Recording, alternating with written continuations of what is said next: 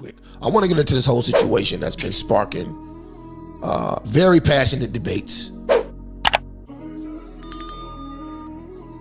all throughout American culture, and that is the Jason Whitlock and Nick Fuentes beef that has actually spiraled off of this whole Frisco, Texas stabbing, right? So now there's a beef between Jason Whitlock and Nick Fuentes, both of which are right-wing pundits, are now at odds and are beefing over the situation, all right? So Jason Whitlock and Nick Fuentes have been in the middle of a very spirited, I'll say, back and forth over the past couple days. And I want to get into this because I think there are some very interesting ideas that have been presented on both sides, okay? Now, quick disclaimer.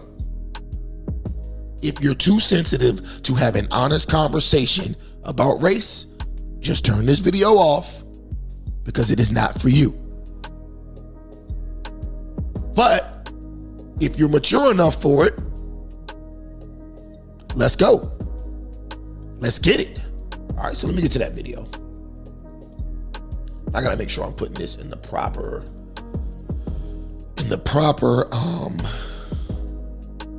sense. Now, the first video is gonna be of Jason Whitlock talking about Nick Fuentes' initial statements, right? So let's get to that. All right. It's not the. Give me a second. All right. My bad, y'all. All right. I think I got this up. All right, here we go. Y'all can see that? Good. Good. All right, let's go. Let's get it. Proper reaction, but it's not insanity.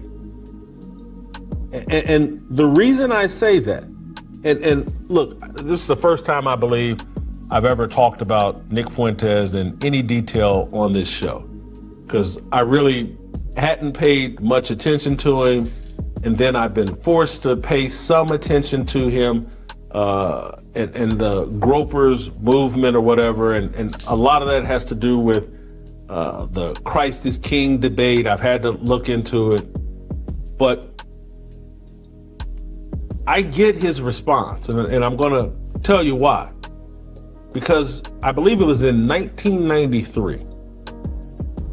Jesse Jackson, the leader of the Rainbow Coalition, the wannabe heir to Martin Luther King, said more concisely the exact same thing Nick Fuentes just said there.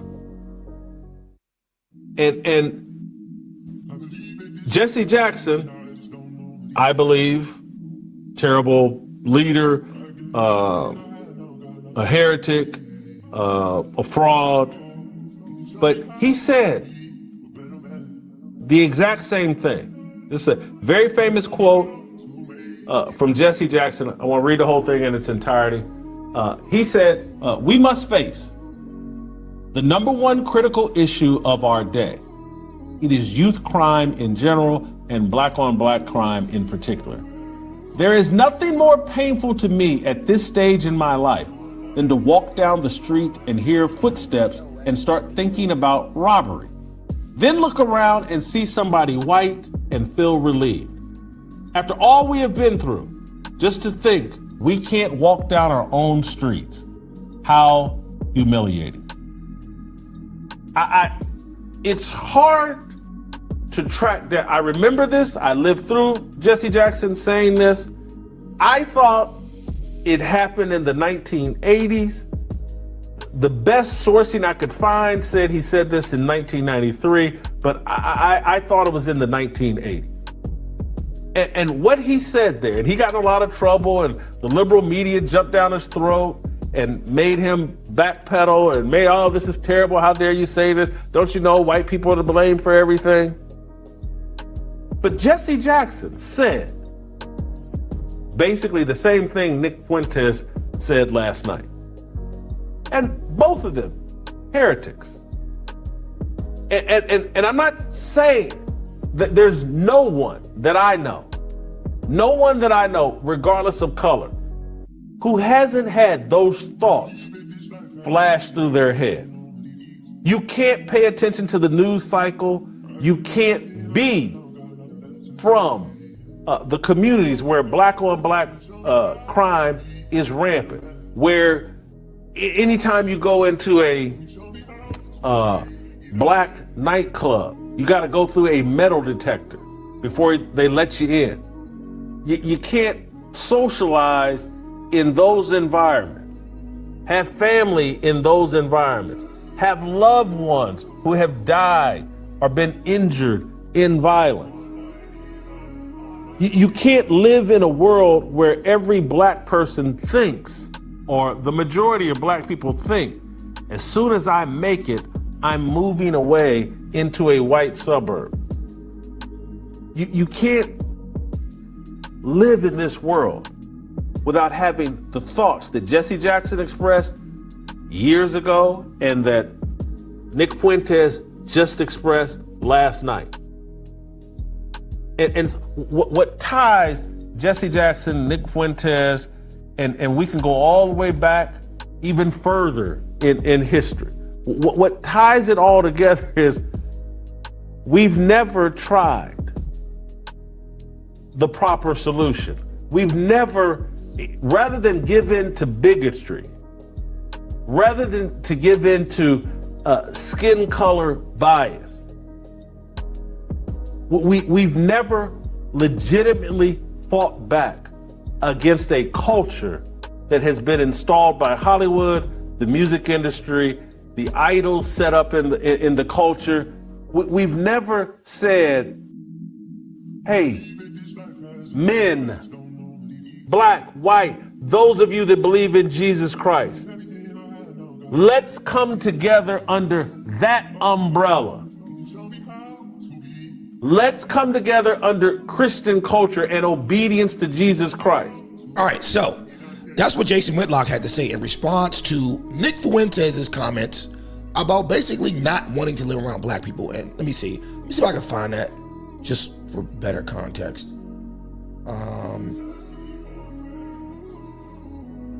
So I think this is what he said at first. You know, I saw Jason Whitlock responded to my clip, and I actually... Okay, so this is Nick Fuentes responding back to what Jason Whitlock said about his initial clip, was him not wanting to live around black people and being responsible, right? We won't play that clip. You can go catch it. They're everywhere. We'll get on with this because we got a lot to cover here. All right, you know, I saw Jason Whitlock responded to my clip, and I actually happen to like Jason Whitlock a lot. I really respect him. I respect his piety. I respect his belief in God. I have the utmost respect for him. I really do. I follow him. I like his content. I engage with it consistently. I think he's really a solid guy. I have nothing but nice things to say about him. I think he's a very good man. I don't know him personally, but from what I can tell, I think he's a very solid guy. So this started off with respect, all right? But he responded to my clip, and he said that I am pushing the same idea that Jesse Jackson did. And he said it's not necessarily, he says he can understand where I'm coming from. He says, Jesse Jackson had a quote in 1993 where he said something similar, that when he hears footsteps behind him walking down the city streets, he gets nervous thinking it's a brother, and he turns around and is relieved when it's a white person. He said, so he gets it. He says, black people say it, white people say it. He says there's some truth in it.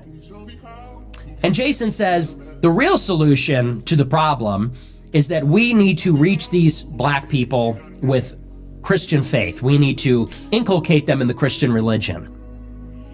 And I actually understand where he's coming from, because I can imagine that if you are black, you empathize on some level. If you come from that world, if you come from that community, and you know people that are in that world, part of that sort of way of life, I can understand why he would have more empathy for gangbangers, for, you know, these black kids that are lost to the streets than white people do.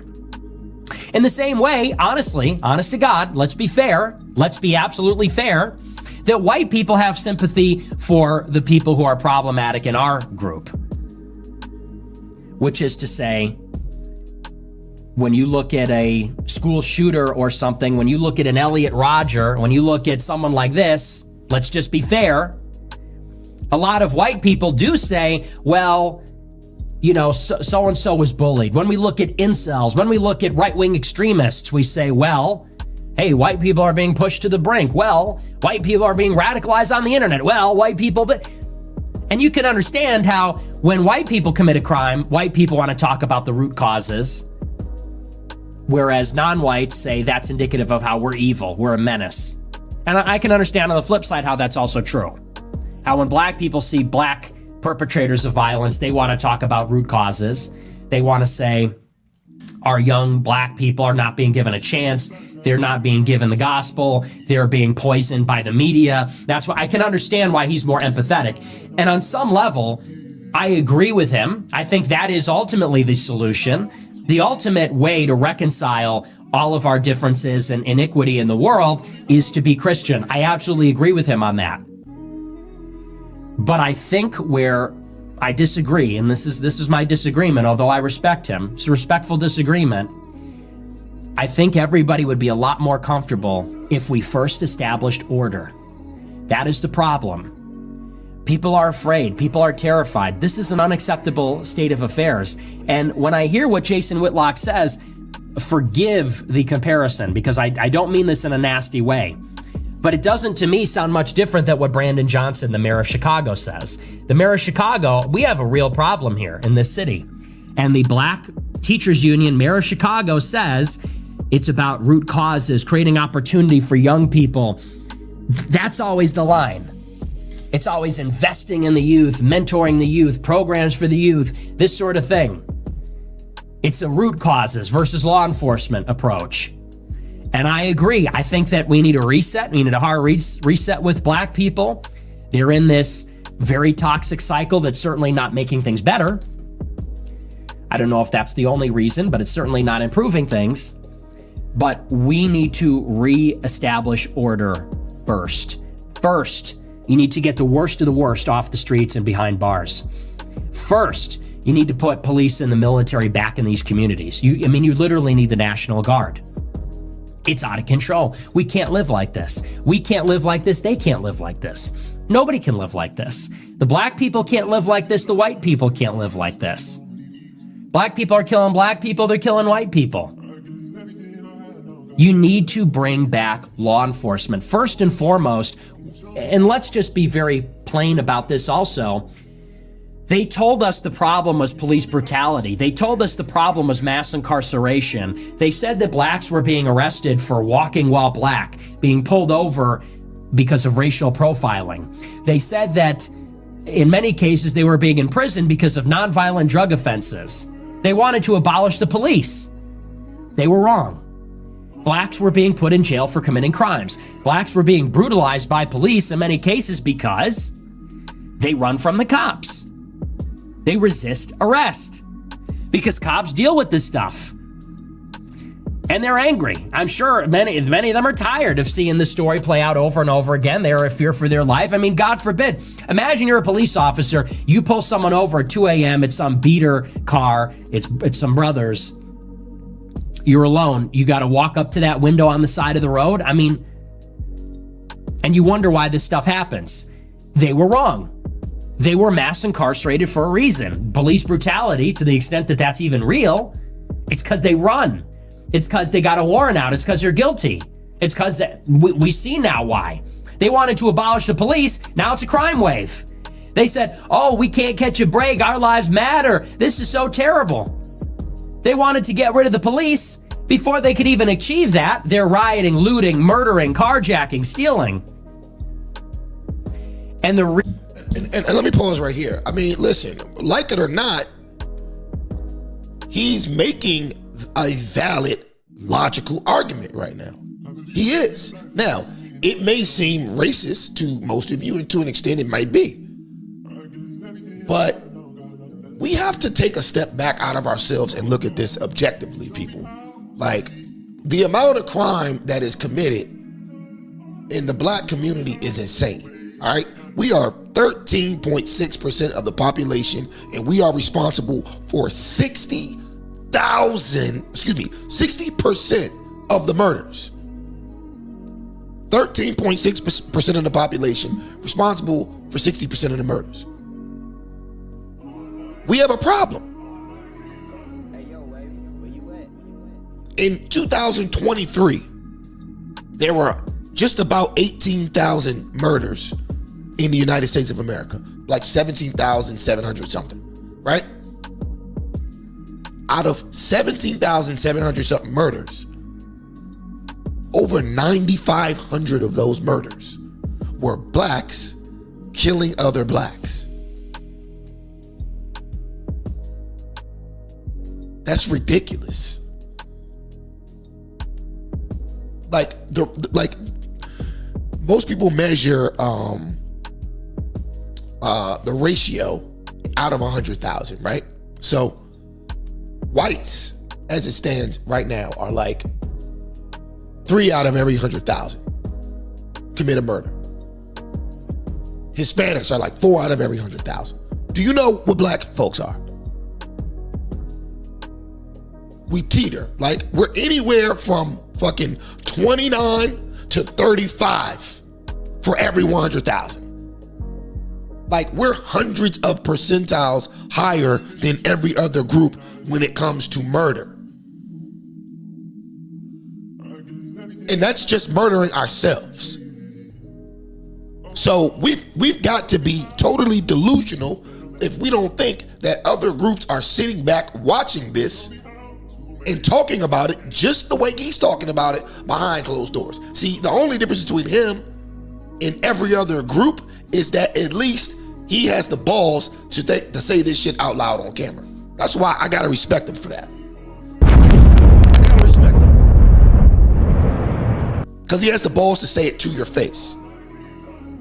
He doesn't smile in your face and go behind your back and talk the shit with everybody else. No. Says it to your face. Gotta respect that. So that's one thing that I think we definitely need to take into consideration. Now, you'll see throughout the rest of this exchange that they have, I don't agree with everything he has to say, but he does make some valid points. Let's go.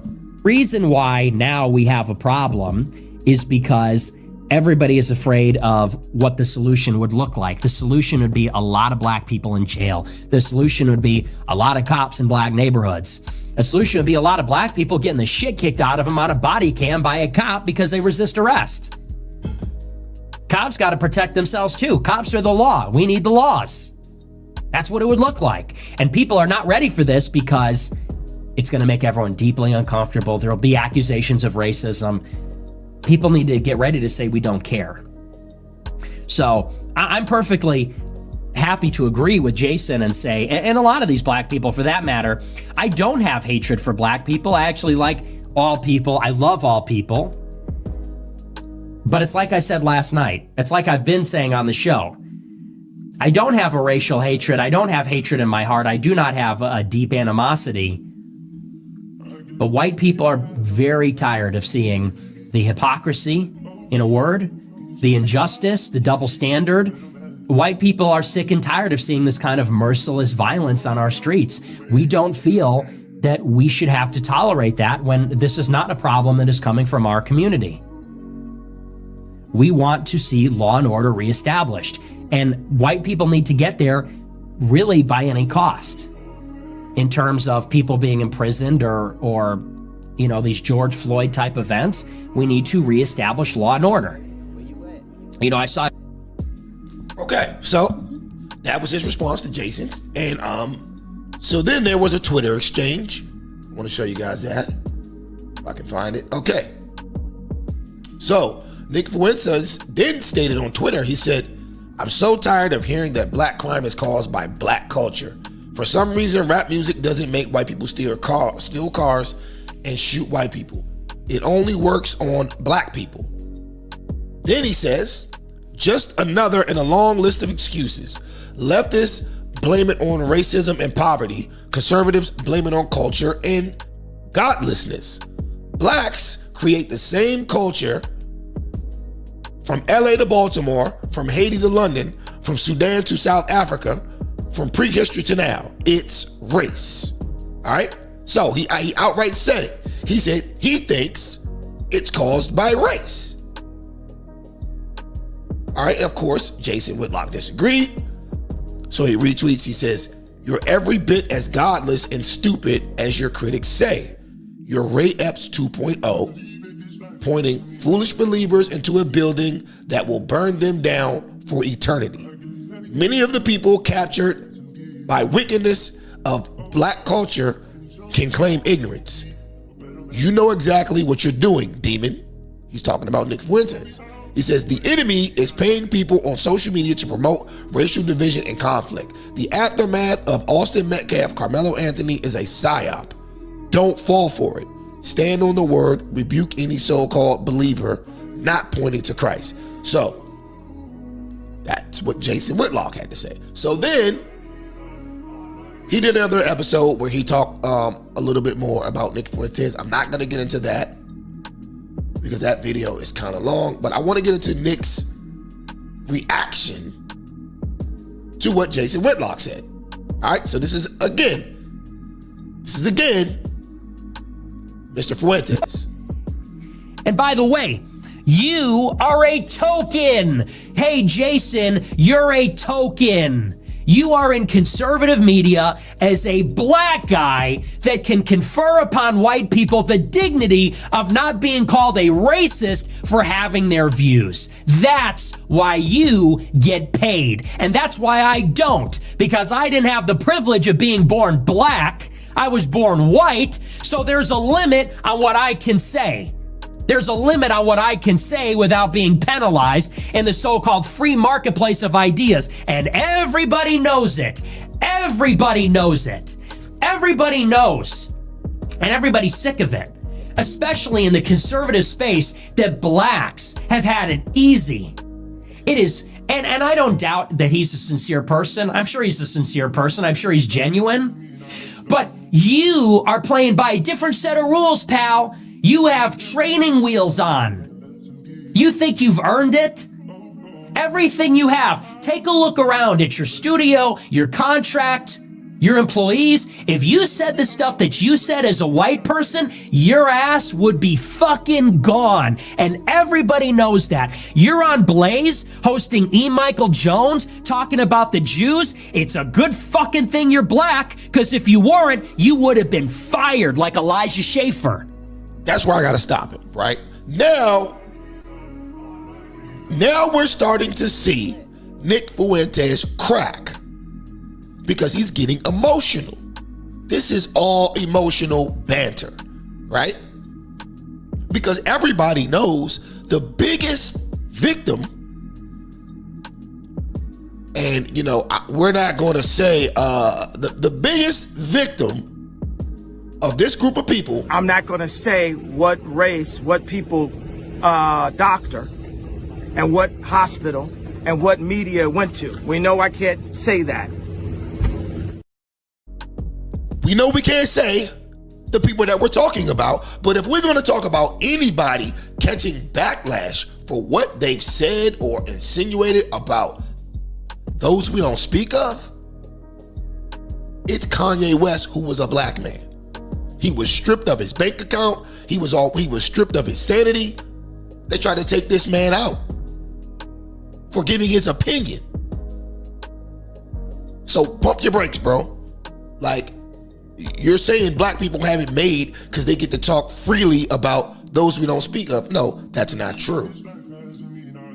And I don't think it's fair to sit and try to label Jason Whitlock saying he's got training wheels. Jason Whitlock gave up a career on ESPN, FS1, mainstream media, all that, because he actually told the truth about how he feels about social issues. And whether you agree with him or not, the fact that he stands on business and he's taking pay cuts and gotten fired because of it, you got to give him respect. Like, to sit and insinuate that Jason Whitlock is just, some token guy with training wheels on, that's crazy. The man has literally risked it all to say what he wants to say. He can't go back to mainstream media at all. All right, so let's finish this out. You would have been fired like every other white person. Everybody knows that. Take a good look at everything around you, because you did not compete to get that. You got it because people feel sorry. People don't want to be called racist. They feel sorry. They need a black person to give them credibility. And if you can't see that, then you're just as ignorant as BLM. If you can't see that, if you can't be honest with yourself about that, you're just as ignorant as the marchers. As a matter of fact, you are as ignorant as the marchers. Just another ignorant crybaby. And you know what? I have no hatred. I really don't. I'm a little bit frustrated with the fact that people are going to challenge my credibility based on what I say, knowing what I've sacrificed, what has happened to me, what has happened to my family. And I'm not trying to play the world's smallest violin, but my sacrifice has been considerable. I have had a considerably more difficult go than almost anybody, because I was willing to tell the truth before it's fashionable about Israel, about race, about globalization, about a wide variety of subjects. And I got to give him credit. He goes hard. He says what he wants to say, but I think he's mistaken a little bit with what he's saying about Jason Whitlock, because Jason Whitlock has definitely given up a lot to tell, what he perceives as the truth. Same thing with a lot of other black people. Look at Candace Owens. Candace Owens was fired from the Daily Wire for giving the real about who. I'm not going to say what race, what people, doctor, and what hospital, and what media went to. We know I can't say that. So, you want to be, you look like the crybaby at this point. You're crying and whining because of the consequences behind the shit you say. But, he's a young guy, so, I expect him to make some mistakes. But, this is a rare, this is going on a rare arrow for Fuentes. He's clearly in his feelings. Look. Ever since I was 18 years old, I have been censored. I have been financially blacklisted, had to endure financial hardship. I've been targeted. My family's been targeted. So for somebody to come and challenge my credibility, or whether I'm being honest, it's totally outrageous. I have no hatred in my heart for people. I have no hatred in my heart for anybody, for that matter, and not for a group based on their race. And I have friends from all different races. It's not hatred. We can't play that card all the time and bitch about racism every single time. With that being said, and it's important to clarify that, because you don't want to be typecast as the angry white man that's trying to gin up. I'm not trying to gin up racial resentment. I'm really not. I'm trying to tell you how white people feel. And I'm trying to tell you the truth. And here's the truth of the matter. White people are just fucking done. We're done with the excuses. We're done with the white guilt. We are done with crybaby, ethnic narcissist black people that cannot handle an adult conversation about race. We're done. We pay up the ass in property taxes not to live near these people. We work hard. We pay our taxes. We go to work. We work our fingers to the bone to create a good quality of life for ourselves and for our families. And it has been ceaselessly sabotaged for decades by these fucking animals. And by that, I don't mean every black person. I mean these predators. I mean these opportunists. I mean these adolescents. Where are the parents? Where's the community now? Where are they? I'm talking about these young adolescent men, black men, that film themselves running over a physics professor on his bike in New Mexico, laughing, and kill him. I'm talking about the young black men that break into 20 businesses in Downers Grove overnight and loot the cash registers. I'm talking about the teen takeovers, the gangbangers. We don't want to live near this stuff anymore. And we all know what's going on. We all know who's doing it. We all know what it is. And we're sick and tired of black people not being able to be honest about it, not being able to take any responsibility. That's a valid point. That's definitely a valid point. We can't keep acting like the world doesn't see what the hell is going on, people. Like, we just, it's being videotaped. For instance, drill music right, is all about young black men killing each other, documenting it in real time, and then bragging about these murders on music tracks. That's what it's all about. And this is the most popular music amongst young people in our culture right now as we speak. This is what they're doing. In Washington, D.C., of course you got people out here selling drugs. These guys are killing each other and doing YouTube videos and getting paid off the YouTube. That's how they're getting paid, from YouTube views, from killing each other. This is our culture. So, yeah, granted, you might not like what he's saying because he's white, but at the same time, we all know this is going on, and we got to be stupid if we don't think that others can see this as well. So, I can't fault him for that opinion. It's always someone else's fault. It's always some white person's fault. It's racism, it's poverty, it's the culture, it's the New Deal, the Great Society, it's Lyndon Johnson, it's the Democrats. You know what? No, I think it's you. I think it's just you.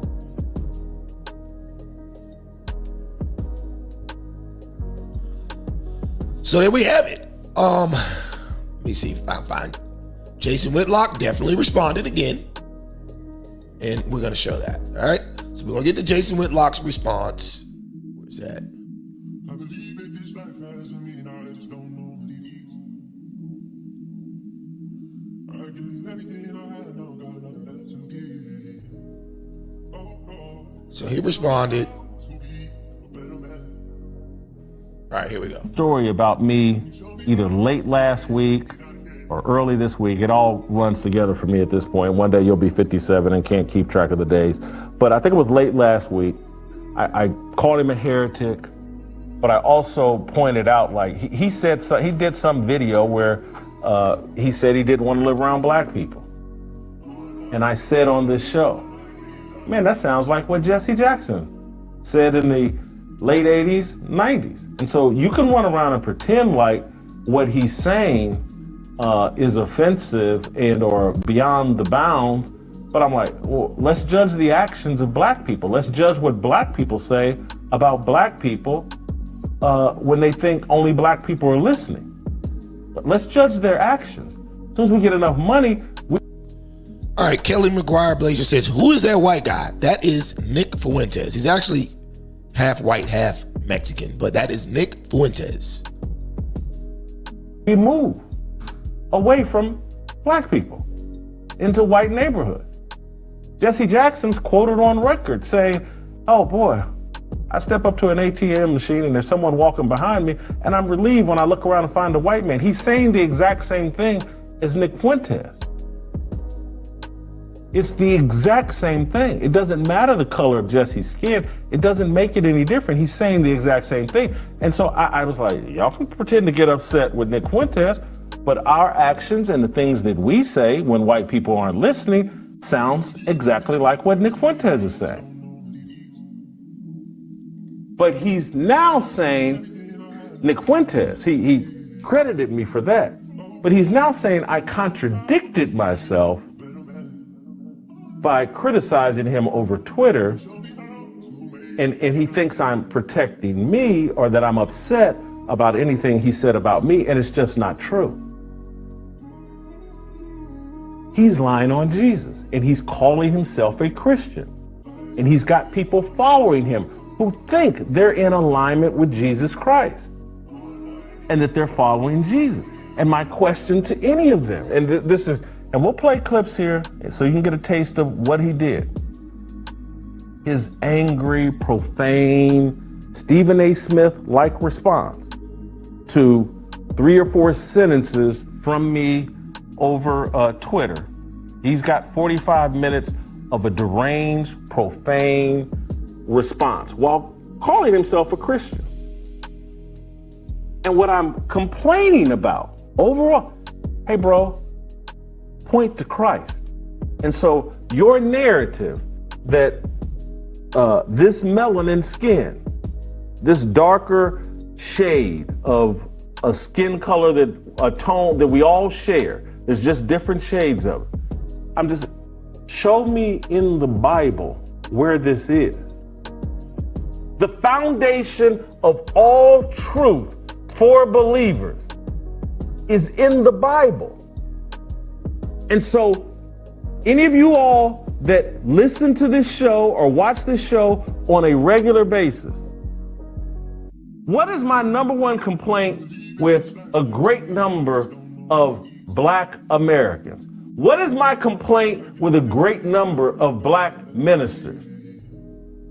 They run around and think the world and what's going on in the world is determined by black and white, by skin color. And I've asked virtually once a week on this show for 4.5 or 5 years, show it to me in the Bible. You're calling God a liar because it's not in the Bible. But if God said the world was ruled by skin color and race, he would have put it in the Bible. But that's not what he put in the Bible. So your claim is inconsistent with the word of God, the foundation of truth, while you're claiming Christ and while you're getting other people to think they're following Christ by following you. So there we have it. I mean, Jason's direct response to him is, okay, fine, you can get all mad, but basically, if you're saying that it's because of race, then, and I'm just putting this in context. So he's saying Nick Fuentes, who is a Catholic, right? He's saying that your biblical view is off because now you're saying that all these things are based on race. And that's not in the Bible, which, I mean, Jason Whitlock has a point. If they're both going to profess to be believers in Christ, then they should be consistent with the Bible. So I get where Jason's going. Now, he said a couple of other good things in this whole back and forth that I thought people could learn from. So I'm going to play those and then we'll close this segment out. And Louis Farrakhan, like Nick Fuentes, and like ministers, Black ministers all over America, knows if I really want to attract a following, the way to attract a following in the world is to lean into racial idolatry. And so you mix some truths with racial idolatry, you get a big audience, you get a big following.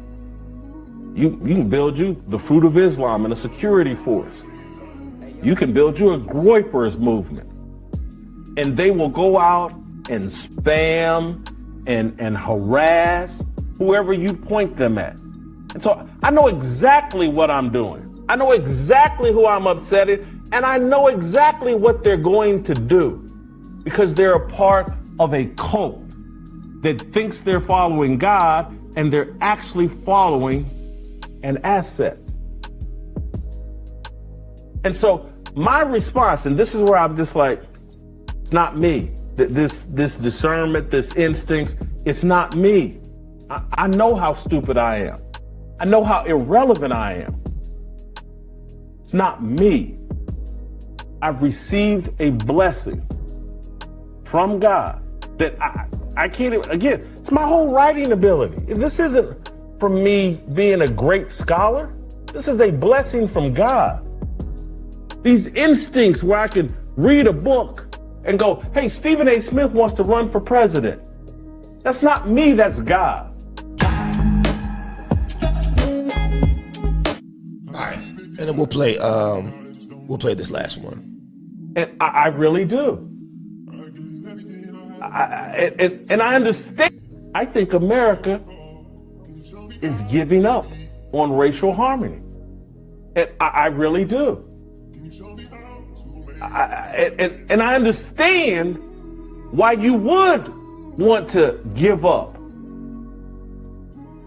But we shouldn't give up. But I understand the feeling. I was born into a country and into a culture. While not perfect, we were all pushing forward all looking for shared values, all looking for a society that judge people on the content of their character, not on the color of their skin. And we've completely pivoted away from that. And it has broken my heart. All right. And I think this is the one I'm looking for here. This was a good one too. But anyway, let's get to that and then we'll close out of here. Anytime a black person ingests popular culture, either the music, the television show, or the movie is telling you you're a victim and you should hate white people. This is a mass psychosis. This is a pagan culture being promoted by the entire establishment. Very powerful forces. And this ain't me saying, hey, you're a victim. This is me saying, this pagan culture, you got some help adopting it. When every television show, let's just stay in my lane, sports media. And who gets the big contracts if you're black? You need some sort of criminality on your rap sheet. You need some sort of issue with domestic violence. You need some dirt on your name to get those opportunities. And just to put this clip in context, he's basically explaining why it is about culture, because he's explaining why and how the media targets black audiences. I don't know if you saw this chart at first, but basically he pointed out race baiting movies that incited racial tensions from 2013 to 2024. You got 12 Years a Slave, you got Fruitvale Station, Dear White People, Get Out, If Beale Street Could Talk, Black Klansman in 2018, The Hate You Give, Queen and Slim, Judas and the Black Messiah, Till, The American Society of Magical Negroes. Right. This is what's promoted to us, and I definitely agree with him. All right? So, let's get back to his rant. Reward or elevate the best and brightest. It punishes them. It places them in line behind the degenerate, the tatted up, the people that promote prison culture. They get the, why do you think every rapper is tatted up head to toe, looks like a clown, talks like a clown, and has to talk clown-ish to get the contract? And trust me, if they put Russell Simmons or Diddy in charge, or pretend that they're in charge, that's who they're instructed to go out and hire and promote and then set them up as idols, and young kids look up to these guys. Well, this must be the way. This is our lane. Criminality, degeneracy. Anybody that watches this show on a semi-regular basis hears me speak against this demonic culture virtually every day. You hear me speak against the forces running this demonic culture and trying to tell you, snap out of it. You're not in control of this culture. You just bought into it because you know there's a paycheck that goes along with it. And he's defending the people running this culture. It ain't their fault. I'm calling both out. Why are you adopting it? Why are you a sellout? And why are you promoting and creating it? All right. Great point. All right, so look. Here's my take on this. I think that there are some valid points made on both sides here. Okay? But ultimately, at the end of the day, I think they're saying the same thing. Now, I disagree with Nick Fuentes slightly here, like I said, because I think he's letting his emotions get the best of it. Okay? Calling Jason Whitlock a tool for white people who want to talk about race, I think that's kind of redundant. It's redundant, especially if you claim the things that you try to articulate don't come out of a place of hate.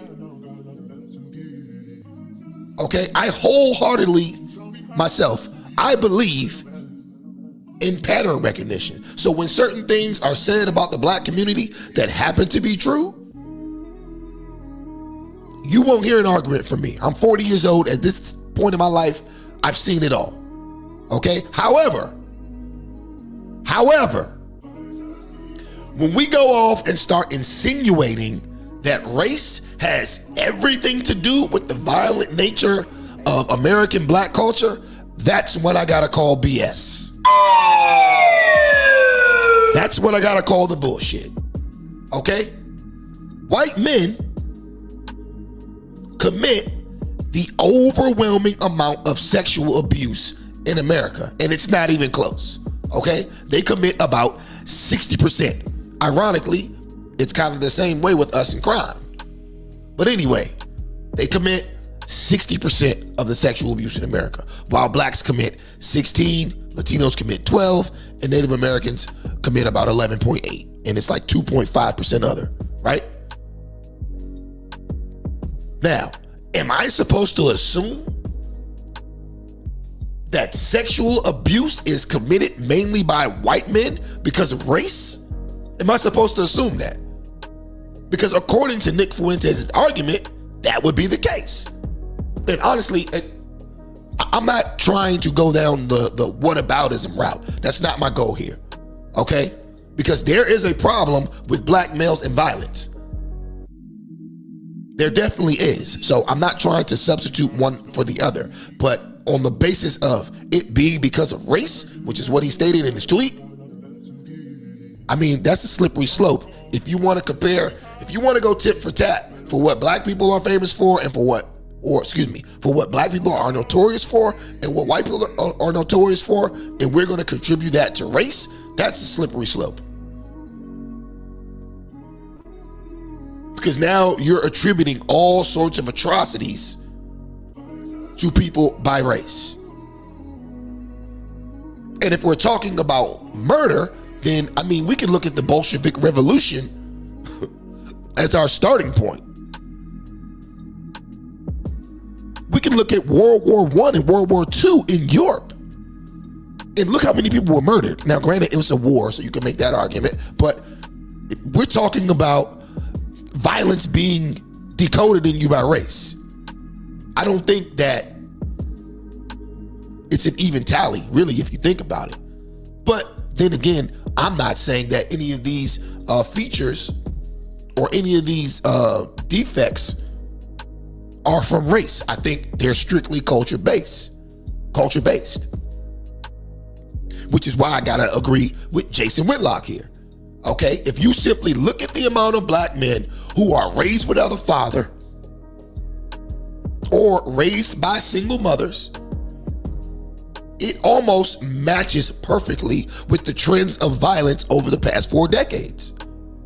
Add that with the gangster rap initiative and black society's allegiance to street culture, and you got a culture based in degeneracy, no respect for authority, disorganization, and no discipline. It's not rocket science. And Fuentes actually knows better because I've seen him make that same point before. As a matter of fact, Fuentes is half Mexican. He's half Mexican. Bro, I'm in Mexico once a month, okay? The cartels and the street gangs down there are killing each other at the same rate or probably even higher than black men are killing each other in America. Okay? But if you were to look at that same group of Mexican people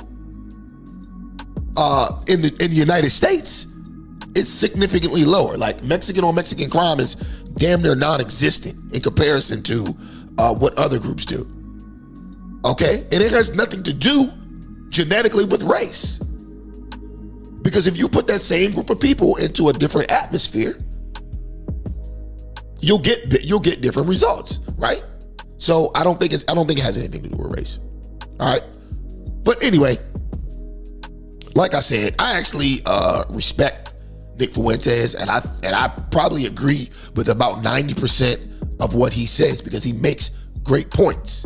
But on this particular conflict or debate or whatever you have gotta have it, I gotta go with Jason Whitlock. I don't think what there's either one of them is saying is off from each other. I just think that once Fuentes got emotional and then made it solely about race and tried to say it's genetic and all that shit, that's where he's got to take the L. I mean, you can't back that up with any scientific findings, and you can't back it up biblically. Because if you go solely based on the murder rate in the U.S., then I mean that's not enough evidence to suggest anything about race. Because if you go back further in time, history speaks for itself.